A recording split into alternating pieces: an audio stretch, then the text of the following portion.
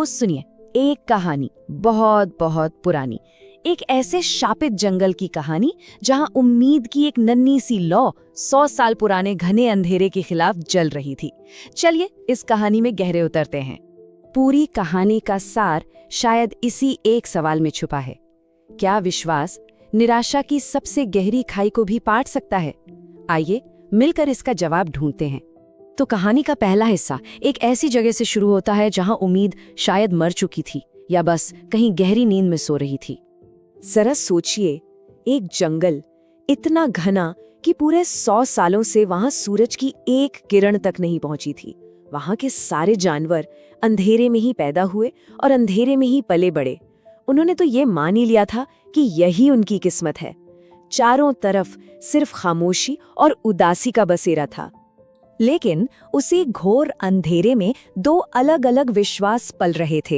एक तरफ जहां पूरा जंगल नाउम्मीदी में डूबा हुआ था, वहीं दूसरी ओर एक छोटा सा खरगोश चीकू और एक बूढ़ा समझदार हाथी गजराज। वो एक सदियों पुरानी कथा पर यकीन करते थे। एक कहानी जंगल के सबसे ऊंचे पहाड़ पर खिले एक जादुई सुनहरे फूल की, जिसमें इतनी शक्ति थी कि वो पूरे जंगल को फिर से रोशन कर सकता था। पर उनकी इस बात पर भला कौन यकीन करता? बाकी जानवर तो बस उनका मजाक उड़ाते, कहते अरे पागल हो गए हो क्या, अंधेरे में सपने देखना बेकार है, यही हमारी सच्चाई है, इसे मान लो। ये आवाजें हर तरफ से उन्हें घेर लेती थी। और बस यहीं से शुरू होता है कहानी का दूसरा अध्याय। एक ऐसा सफर जो सिर्फ पत्थरों और नदियों से नहीं बल्कि डर और शक की गहराइयों से भी भरा था। उन सभी ताने भरी आवाजों के बावजूद चीकू और गजराज का इरादा नहीं टूटा। उन्होंने एक दूसरे की आंखों में देखा और बिना कुछ कहे ही उस खौफनाक सफर पर निकल पड़े। उनकी वो छोटी सी उम्मीद अब जंगल की गहरी निराशा से लड़ने के लिए पूरी तरह तैयार थी। लेकिन उनका रास्ता बिल्कुल आसान नहीं था। सबसे पहले उन्हें मिली कांच जैसी नदियां, इतनी फिसलन भरी कि एक गलत कदम उन्हें अंधेरी गहराइयों में बहा ले जाता।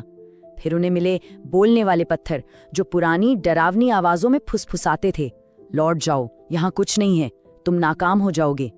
और आखिर में थी वो सीधी चढ़ाई, उस सबसे ऊंचे पहाड़ की चोटी तक, जहां हर कदम पर हिम्मत जवाब दे रही थी। और अब कहानी उस मोड़ पर आ पहुंचती है जहां 100 साल का अंधेरा एक पल की रोशनी के सामने घुटने टेक देता है। ये कहानी है एक सुनहरी जीत की। जब वो दोनों आखिरकार हाँफते हुए चोटी पर पहुंचे तो उन्होंने देखा कि सुनहरा फूल तो वहां था, पर वो बंद था, एक कली की तरह।